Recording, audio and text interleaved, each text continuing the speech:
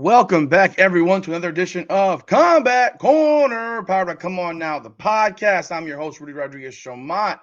If you haven't done so yet, please hit the like button, subscribe to the channel, hit the bell, leave a comment, let us know your thoughts. I am honored. I have a great guest, a champion. Oh, man, a champion. If not the face of BKFC, absolutely one of the faces of BKFC. She just came off another dominating performance in Dubai. I bring you none other than man, going back to BKFC 2. She's been there from beginning to now. She's seen it come from here all the way up. I bring you champion BKFC Strawweight champion Britain Hart. Welcome aboard. Welcome aboard, Britain. Hey, there we go. Hi. Wow. Super awesome to just be on here today and talk about all that and just how amazing freaking it is to be in bare knuckle from the beginning to now and be able to talk about it. You can talk about this better than anybody. Maybe outside of David Feldman specifically, you can tell the story of BKFC better than anybody out there as far as the fighters are concerned. I mean, you were on BKFC two, and Yep. just think about being on BKFC two to now. I mean, we're in the 70s now, and you just fought in Dubai. Yep. Uh, Worldwide now. So now it's like, and I feel like maybe Austin was the first BKFC fighter to really do it, but I'm definitely the first female to go internationally and defend my belt and bring it back to the United States where it kind of started as far as our BKFC organization goes. what was that experience like? I mean, fighting in Dubai and having been through the small cards. I mean, I don't know what they had in terms of attendance in the first couple of cards, but going from that to you're fighting in, I mean, another country. You're fighting in, obviously, it's an opportunity to defend your belt. Just that experience overall. I think, most fighters always are trying to set like really high goals, because that's what makes us fighters and that winning mindset. Then when you reach that goal, it's time to make new ones. And I remember being really hard on myself. All I wanted when I first started was just to have one belt. That's all I wanted was one belt. And then I was like, all right, well, I have a belt and everyone says world champ, but I really haven't fought anywhere outside of the United States. So I'm really just like kind of a national champ. So I really have been like pulling for that. I really thought the Thailand fight was going to be something. It didn't happen because I broke my hand. So now just to be like, wow, Dubai, even better of an experience, honestly. So it's like it just shows timing and everything happens for a reason. But Dubai, it was great. It was everything I wanted. For the most part, I feel like there were some hiccups over there, but it makes sense because it was Dubai's first BKFC show. Obviously, it is international, and there are different like cultural differences that you saw that weren't exactly the same as like some of the cards you would see down in Florida or out in Colorado. So we had to be mindful of that. But overall, it was a great experience. I would say second favorite bare knuckle fight to date. Is the first in Sturgis? It is. It is. Man, Sturgis was just there's only one little thing I would change about Sturgis. I mean, to have a perfect fight camp, everything at the fight was just so epically sold and done beautifully. It was still the largest attendance. I mean, the energy there is, unbeatable. But the only thing I would have switched is I kind of like had like a little, like, I don't know if I want to say a fit or tantrum for like 15 minutes after the fight. I wish I wouldn't have done that. It happened, but I wanted to prove to my team. So in Dubai, I totally fixed that and we didn't have that same issue. But there was a lot of other issues that made it really not as great as Sturgis. And just Sturgis is just, I mean, bare knuckle boxing and motorcycles and just badass and just free spirit. It was the place to be. You mentioned cultural in Dubai. Did they make you dress a certain? Do women have? I've never been to Dubai. Do they make women dress a certain way while you're in Dubai if you're an American and coming into the country? Because I mean, obviously they have different cultural things. So I chose to be like super respectful on it and be like in the fair compromise. Like I try to not have my shoulders or knees show. Like very, very rarely did I do that unless I was at the pool or literally working out. Other than that, I tried. I didn't have to wear like anything special. And I did do it on my own free will. It wasn't forced, it wasn't written out. And I would say honestly, over there, I was like, wow, this is cool. It was about, I would say like 60-40. So 60% were either in like fully clothed or very, very modest clothing. And then the 40% were just normal, like tank tops, dresses, whatever. So I really feel like at the end of the day, if I chose to be, even slightly promiscuous, I don't think it would have even been an issue. Honestly, I think they would have just been like, whatever, they would have accepted it. But I didn't really test those waters on that.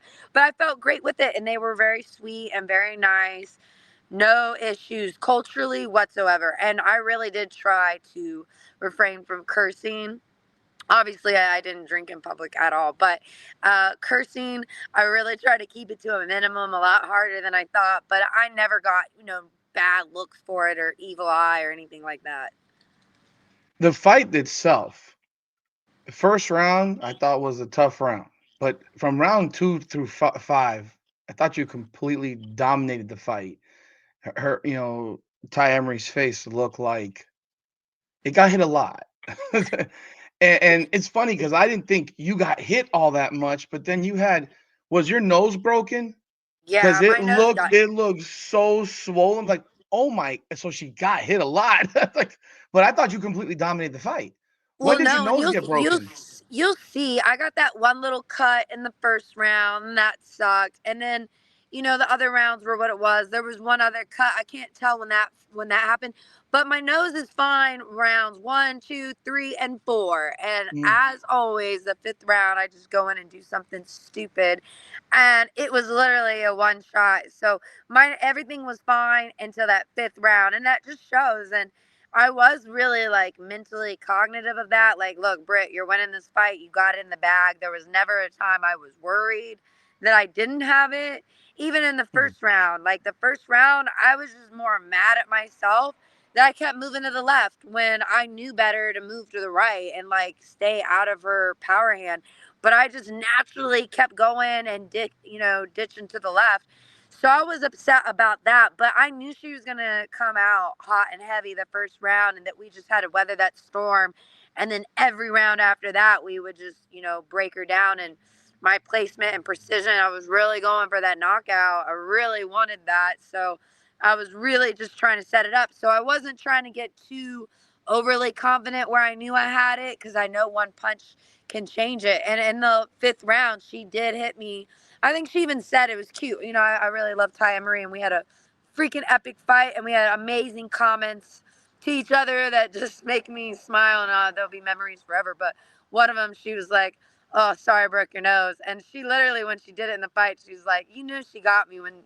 And it's funny because her last fight, she had broke her other opponent's nose, so she does have that power, which everyone knew that going into this fight. So it sucks that my nose got to be swollen for that peach at the end and look so crazy. But overall, back to normal.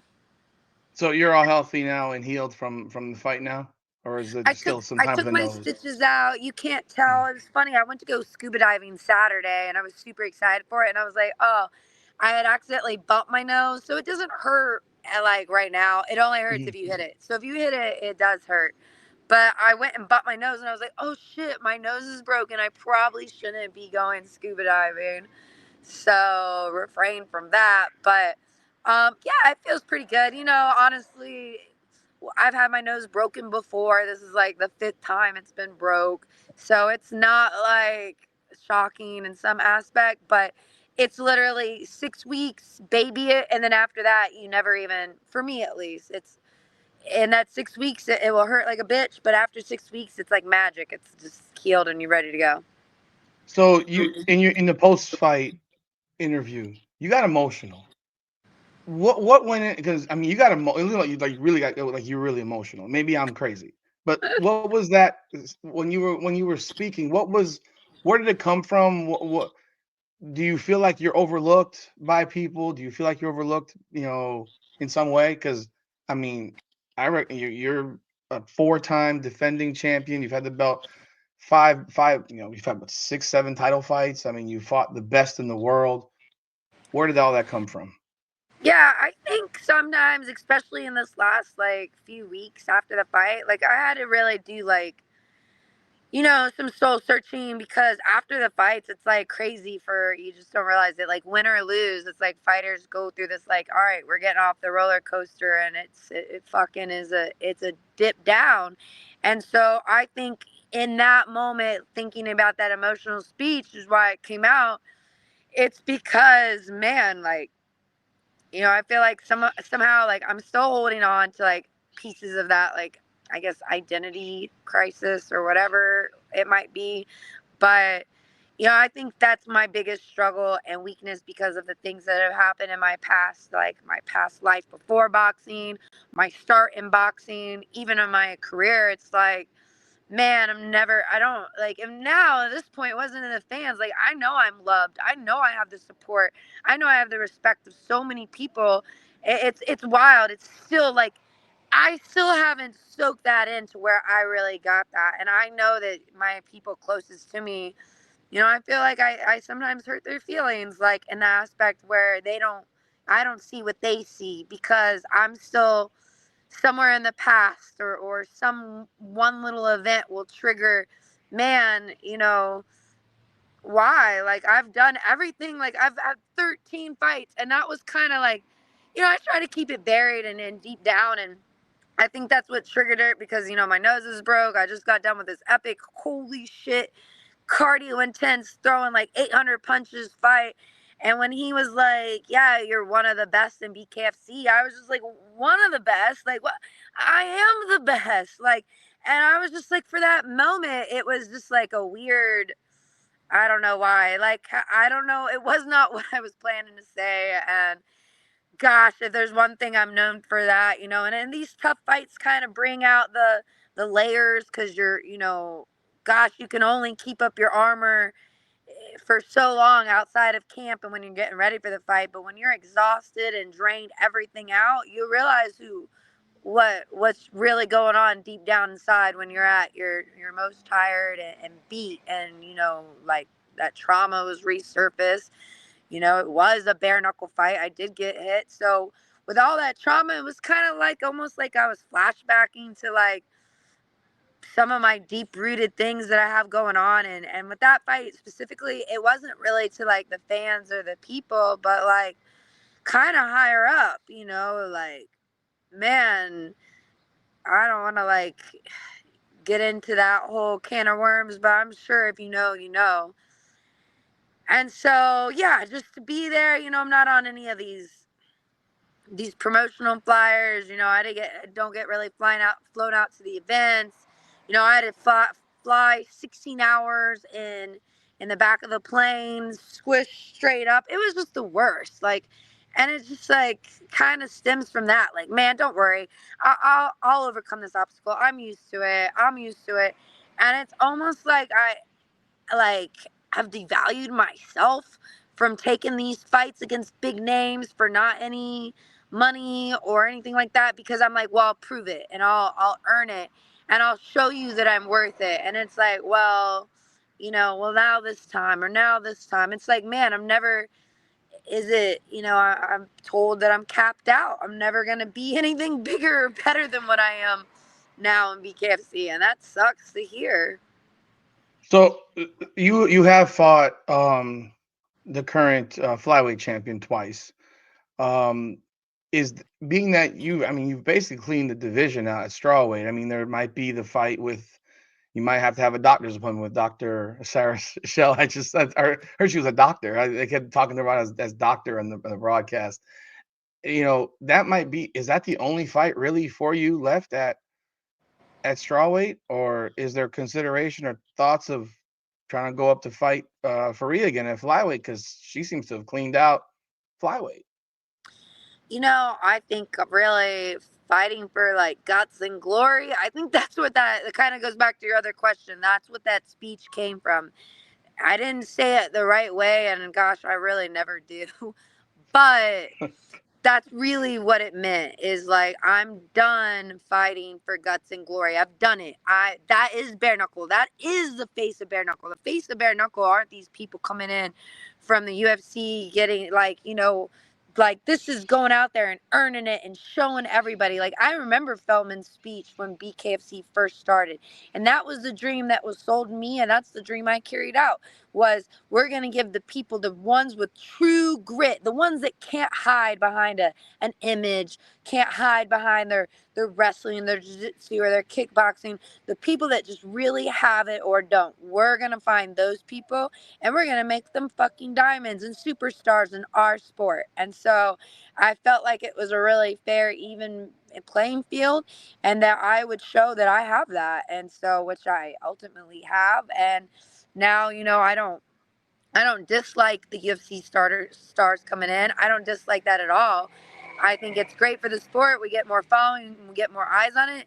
But the ones that have earned it and worked for it should be treated the same exact way, if not better than those guys. So I'm gonna make a stand for that. So yeah, my guts and glory days are over.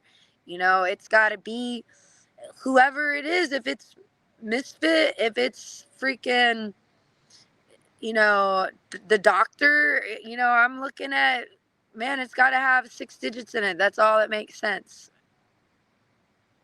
So, do you have any idea of when you're going to fight again? You're obviously still recovering. Is I'm guessing Sturgis is not probably going to happen again since you did it last year, and you're still, we're 3 months out from there. I mean, are there any thoughts of where you're going to fight next? Has there been conversation? I don't think there's been any conversation. It's pretty new. It's pretty still kind of new, and I'm still really like processing Dubai. But again, yeah, I think, I'm here, but my next, again, setting that dream, it's just naturally what we do as fighters. And if we care about ourselves and value ourselves, that's just what I have to do. I fought that Dubai fight not for the money or anything like that. I had to tell myself and remember and remind myself of, man, I know it sucks, but Britt, you wanted to be a world champion, and don't let dollar signs or anything prevent you from fixing and following a dream that you wanted. And your dream was to be a world champion and fight overseas, and that's all should matter. And so I've done that. And so now that I've done that, all that matters now is that, man, I can't fight forever. When I retire or walk away, what am I going to do? Like 13 fights, 25 professional fights. There's there's repercussions to having wars, and I've had wars in BKFC and in boxing. So I need to start thinking about that now, and that's what's coming into the picture now. Like, what am I gonna do when fighting's done? I have been breaking out into like the entertainment world, which I love. I freaking love. Okay. But that's even a starving artist career, and man, I want to find something where I'm not a starving artist anymore. Are you trying to do? Is it music or is it acting or what is it in entertainment? Both. So I had a song Okay. drop out. So on top, if you guys go, like I said, it helps me out every download, every like click when you listen to it, or if you attach it to the Instagram thing, that all helps me. And that was kind of like one of my big freaking I guess, like, heartbreaks in Dubai, because really all camp, I was really motivated and excited because of the song, and I was gonna walk out to the song in Dubai. So it was gonna be Hmm. my song that we recorded, and it was gonna be so cool. And it was just, man, I think I'm still living in the past on that, and butthurt on how great and epic that was supposed to be. But hey, we can still like fix it and find ways to like make it really cool, and I hope so. But that was one. And then I was a stunt fighter in 2 movies and love that. So that was really, really cool, and I was really good at it and got a lot of compliments on it. So I hope that I can use that as a portfolio to build for other opportunities. But there's always like little obstacles and starting over, and you have to prove your Mhm. spot in the game. But I hope I do, and that's something I'm gonna start exploring. And I really haven't sat down and really really tried, because I've been really stuck in my own head over this bare knuckle thing, and what am I, and who am I, and why did I do this? Why did I start? And it's like, oh yeah, and that's why I said I'm not one of the best. Damn it. I'm gonna go down on this ship, the fucking face of BKFC, and if I have to be and say it like that, and that's what I'm gonna do. I just actually, it's funny. I saw a movie last night on, I think it was Netflix. Michelle Watterson, who was in the UFC, I'm sure you're familiar with her. She had a role in this movie Havoc, where she was like the enforcer. I don't remember when Ronda Rousey was in the Fast and the Yeah, Furious, and she really didn't say any words. There was no real dialogue. It was just go over and kick the shit out of people. Is that yeah. is that the type of role that you envision, or you want to do? I mean, obviously you want to do more than that, but when you envision, I'm gonna be a badass in a movie type of situation. Well, that's what I thought would kind Mm. of end up happening. And I'm totally down for that. Like, I am so like, hey, anyone who's looking to cast that role, I'm that person. But my two movies that I was in, I was just expecting to be that. And they were like, well, we're going to give you a speaking part. And I was like, oh, wow, really? And Okay. it was really cool. Like, very minimal. Again, 3 minutes tops of screen time probably in both of them. But I do feel like they were good, and they were speaking parts, even if they were minimal, and they were fucking badass and cool. First one, I was like a secret assassin that was hired to come in and kill somebody. And so I got the phone call. So again, secret assassins don't talk as much as I do, but they're like, "Yep, got it, job done. Hell yeah, let's go." And Uh-huh. then the other one was cute. It was funny. I played a boxer, so it makes sense. And I was just like questioning my coach's guidance on sparring this guy that I ended up knocking out, which was pretty cool. So, yeah, I got and I try to speak really well, and I've had like commentating gigs. I've done a lot in the entertainment and broadcasting world already, just as pro bono, just to get experience, so I can sell the fact that yeah, I can do this. This is something I'm good at, and that you should want me to be there and do it. Talk about what I mean, I guess earlier what you mentioned, you've been around for the entirety of BKFC pretty much from beginning to now. What has Conor McGregor meant to the BKFC in promotion? Has it had an impact on your career and people knowing you more? And what Oh has yeah. his impact been? Oh, he's been the best. Like I said, he's been the best, and he didn't come in, just coming in, not being not even fighting for bare knuckle, just coming back as an advocate and spokesperson, and basically taking over kind of really that big boss role. Feldman's always there in the face of it too, and Feldman's done so much with it, and he got Connor's attention and brought Connor in, and I freaking love it. And I think Connor is that voice. I really deep down believe that, and still hope for it. And I've seen it with my own eyes. And he's really busy, and we all, as we kind of grow in our careers and stuff, and get around people like that, we see, oh wow, you know, it's way harder than you think behind the scenes. And he's somebody really cool that I look up to in that aspect, and juggling just being a fucking badass and awesome all the time, but also his image, and juggling a family and entertainment and this and that and that and that and that, and always having to be on. So, but I can tell you one thing: when he is at the fights, he is locked in. He is totally for it. He talks so well. I love hearing his speeches, getting the crowds pumped up for the fights. It's unbelievable to watch, really. And I think that's what the sport needed. And he's doing the damn thing. He's helped me out so much. I mean, I remember in Spain, he didn't have to do that. And it's so funny with that little stupid viral video with the braids, whatever. But I mean, I'm telling you, I was sitting in my seat back, and he saw me, and he was like, and it wasn't just me, my boyfriend, my family. He'll pull us all up, like, come on, come on. I'm like, no, no, no, like, like they don't want, trust me, they don't want me up there. And he's like, get out of here, come up, like you get your ass in the ring. And he pulled me in the ring in Spain and gave me a once in a lifetime experience. I will forever be so thankful. That would have never happened.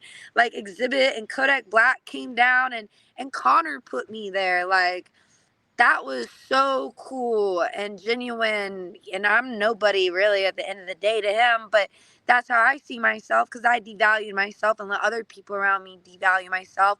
But he, real recognizes real, and he isn't going to be somebody who's like, oh, just let these small fighters sit in the back. Like, no, you're the fucking face.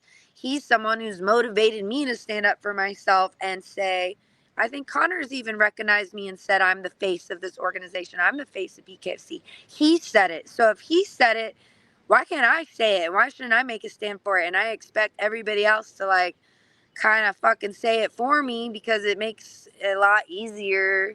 But really it was him that gave me that. You know what, you're right, and thank you for saying that and seeing that. It's none of this other bullshit that people want to say. Like that was what's so funny about the Spain video. Like y'all are tripping on him pulling my hair.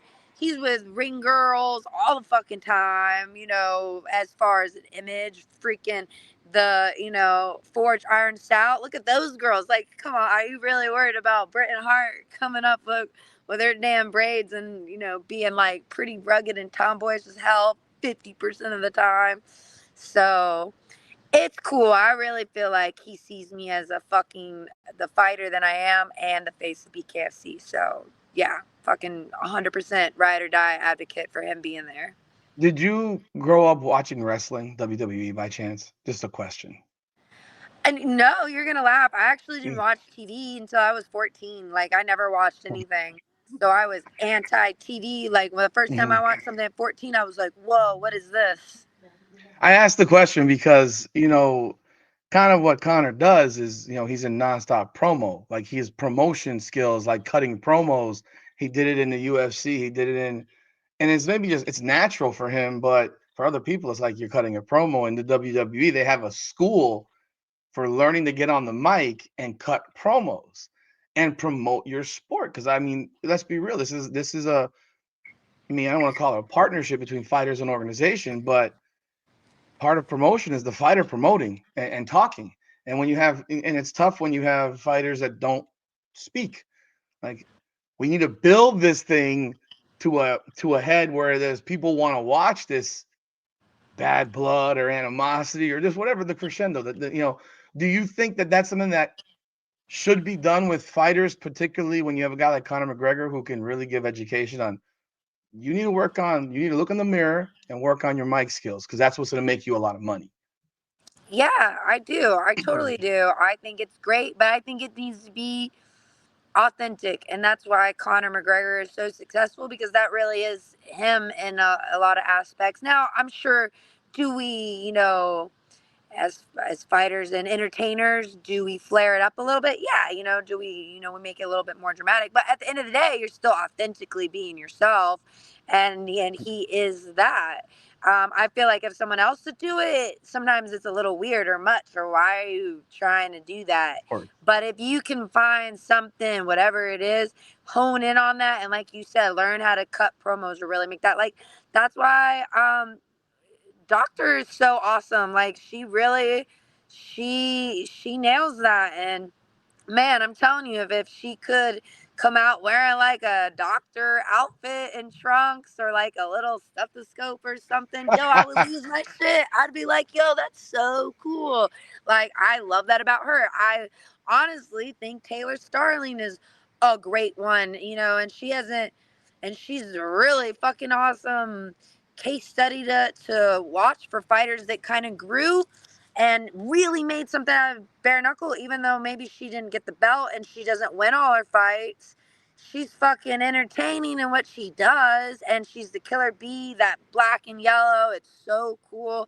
Anytime that I'm like honestly disappointed in Taylor is when she like strays away from being her. Like I love her when she comes out dancing and being silly and goofy. Like that's her, when she comes out all serious and stuff like that. It's like, you know I mean, it's so cool. I'm not knocking her for it, but I love that she's just this wild killer bee. Like, that's super cool. The doctor, Lorenzo's got his thing. Elva, the fighters that really hone into that, they're really making the name for themselves and good for the sport and better for the sport because you want to watch the fights. I'm not gonna lie, I don't like. I feel bad saying it, but I don't watch every bare knuckle fight anymore. I think sometimes the sport's getting watered down. I feel like that in the UFC too. You don't all these guys coming up, they're like, man, it's hard to keep track of them, and especially when they don't have something that catches your eye, like a promo or something like that, that makes sense, that isn't silly or stupid or like stretching too far, But when it's authentic and organic, those fighters are the coolest.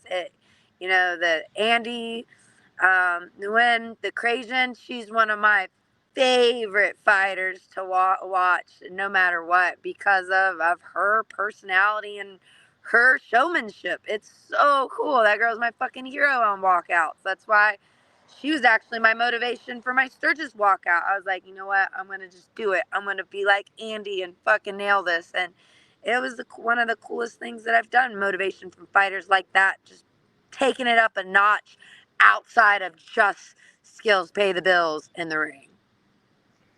So, do you have an idea in your mind? I mean, is there the right now you've cleaned them out, like I mentioned, you cleaned out the division.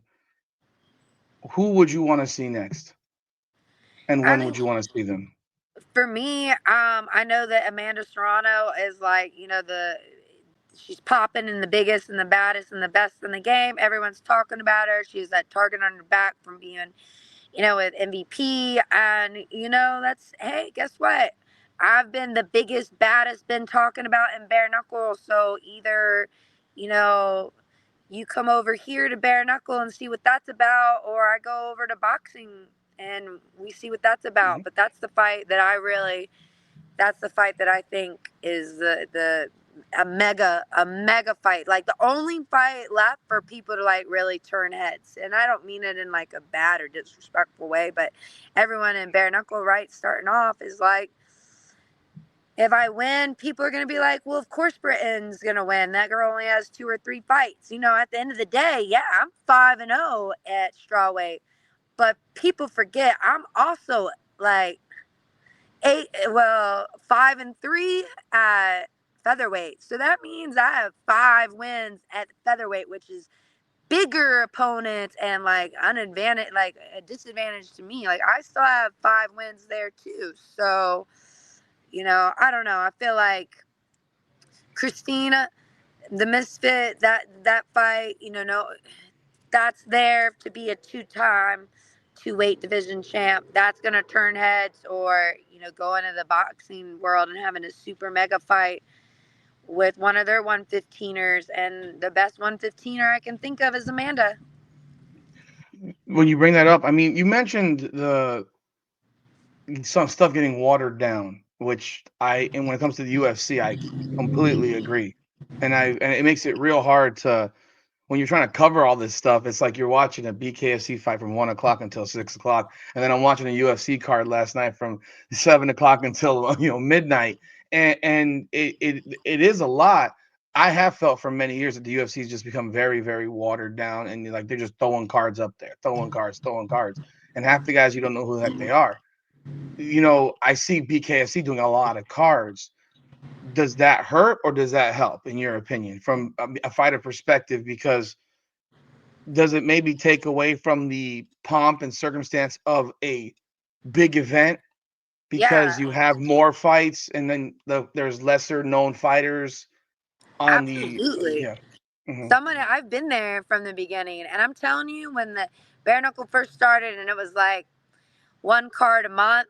Those cards were awesome. Everybody on it was so just cool. Like, you were excited to watch all of them. You were really invested. Like I said, it really, and it allowed bare knuckle also to do their job and marketing it and like getting it out. And I don't blame them. I'm not upset with them in that aspect, but I feel like they have too much on their plate sometimes.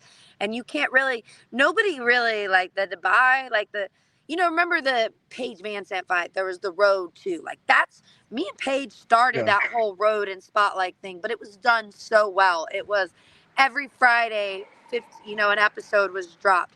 Now they're doing these spotlights. They're dropped like the week of the fight. No one's really watching them. And it sucks because we put so much time and effort into them and they're so good. But unless you're invested personally in that fighter, you're not watching it. But if there's only one card a month, guess what? You're waiting and getting hyped up for that fight. You might just watch it because it's there. You're pushing it. You see it. And I'm like, oh, man, I can't wait to this fight.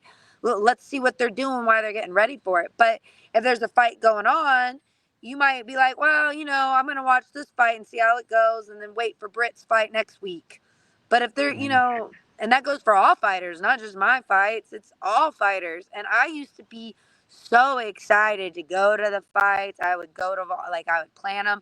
Now I'm like, yo, I can't, like, these trips are expensive. Like, they cost money to go plane ticket and hotel and be there. And then next weekend it's somewhere. And then you got to pick and choose. And that freaking sucks. You're like, damn, I can go this one, but not this one. But I really want to go this one because this one fighter's on here. But then this one fighter's on this card.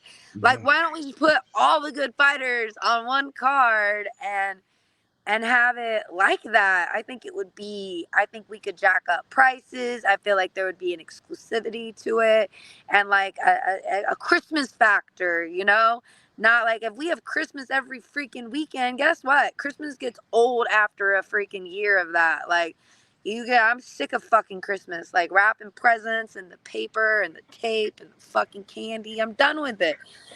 So I couldn't afford Christmas every weekend. no, I can't either. I can't either. No, that is something that I've always thought about because I love combat sports and every time I watch MMA and I'm watching the UFC and I'm like, dude, they have another card and half these guys they just picked up off of the street and you don't know who they are. They're not building them. Like I remember when they did the Jose Aldo Conor McGregor promotion tour, and that was the most wild thing you'd ever seen. And they haven't, and I think maybe because Aldo got hurt or whatever the week or so before the fight, a few weeks before the fight, they stopped doing them. Like I used to watch Embedded all the time, like on those pay-per-views, and now I don't even know that they're out. I don't even know if they do them anymore. And I think that's really big for BKFC is that exclusivity you're talking about because those now those events, those big events, I think are really where it's at. I mean, that's just my thought. Yeah, and it's like, man, and it goes back to the Christmas analogy. Like, Mm. who doesn't love Christmas? Like, yeah, we love combat sports. Yeah, we love fighters. They're so cool. But man, like you start to kind of diminish it a little bit when you're doing it all the time. You need to get people worked up and invested into it. And I feel like that's why we fight. We fight for ourselves too a lot of the times, but there's a lot of reasons why we fight that aren't ourselves, and so many people out there that live vicariously through us and watch that fighter and literally get inspiration. It blows my mind how many people are so truly deeply inspired and connect with fighters. And so when you can build that, not only are you having the combat sports world, the entertainment world, but you can actually like make a difference in someone else's life just from building that attachment and that identity factor between a fighter and a fan that you might not ever really meet, but they change your life. So wrapping up, do you train? Where do you train? Do you train in Virginia? You train in South Florida because it's very sunny where you are. Is that South Florida you're in now? Yeah, I'm in Florida. I Oh, went back up to Virginia for a little bit. My okay. son lives up there, and my OG team is up there at Lux Boxing Gym in Danville, Virginia. But then my Level Up family actually just had a fight this weekend, and I have an apartment here in Fort Lauderdale too. So that's pretty cool. I feel like Florida's the beautiful cursed places of all times because if you live there for a year, it's hard to ever. I mean, I lived in Miami 2 years, Tampa 1 year, and now Fort Lauderdale 2 years. And I'm telling you, it's every time I go away from it, I'm like, Yeah, I'm born and raised here. I'm born and raised in South Florida. I live in Pompano Beach, so I grew up in yeah. Miami Beach. Lived everywhere in Miami, but Nah, it's real sunny in the background, and I know most places don't have sun like it is here. It's different. It's definitely Yep. different. I have one last thing. There was an interview I saw with Dave Feldman where he said early on, I think it was his, maybe they were doing underground stuff before they went with their first card, that he took off his shirt and had to fight. Like when you have a person like that who isn't is the owner and the founder, and you hear him say, "Well, a fighter didn't show up. I have a boxing background." Okay. Like what does that do for you as a fighter in that organization when you hear something like that? That's just, to me, that's wild. He's the reason why I started bare knuckle. I knew Feldman before BKFC. And from the boxing world, I was actually at a fight where Bobby Gunn, who's a well-known bare knuckle boxing legend or a force in there, when he fought Roy Jones Jr., who I have a awesome Yes. connection with from boxing. So I was at that card where I met him. And I remember him being like, wow, like he saw me fight this girl at 135, and it was a Roy Jones Jr. girl. And by the third round, I had everyone cheering for me to win, and I fought my ass off for that fight.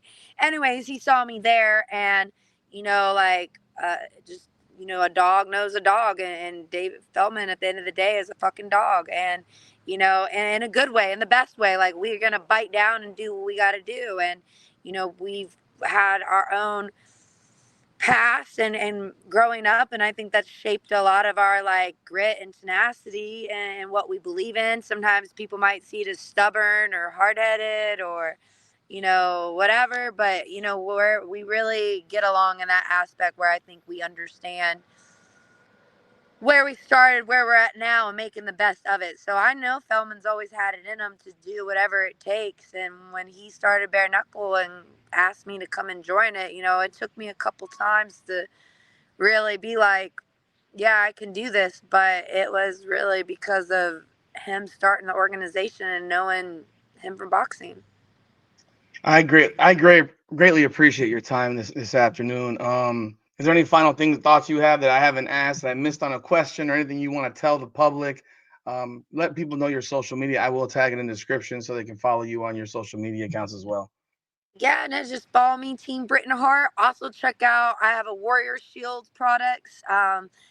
That's a big part of kind of like helping move forward in this fighting career. And even if you're not a fighter, you can definitely recover like a warrior, and that's what Warrior Shield helps with the CBD salve.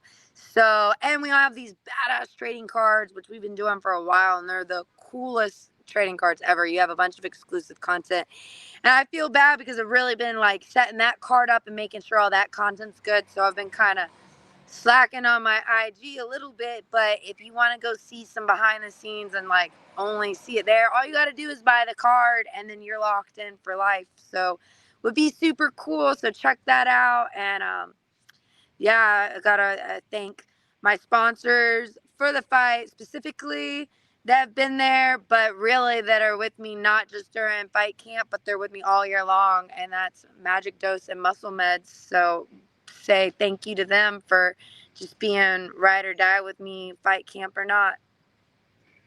I appreciate it, everyone. This is Britain Hart, BKFC Strawweight champion. She's lined them up and put them down one by one by one by one. Now we're just looking for money fights. Show me the money. Let's get those money fights. Folks, appreciate y'all jumping on board with us today. Like the video, subscribe to the channel, hit the bell, and definitely go follow Britain Hart and all of her social media and support everything that she's doing. Links will be in the description. Once again, appreciate you. Thank you so very much, Britain. This is Absolutely. Combat Corner. Powered by Come On Now, the podcast. Come on now.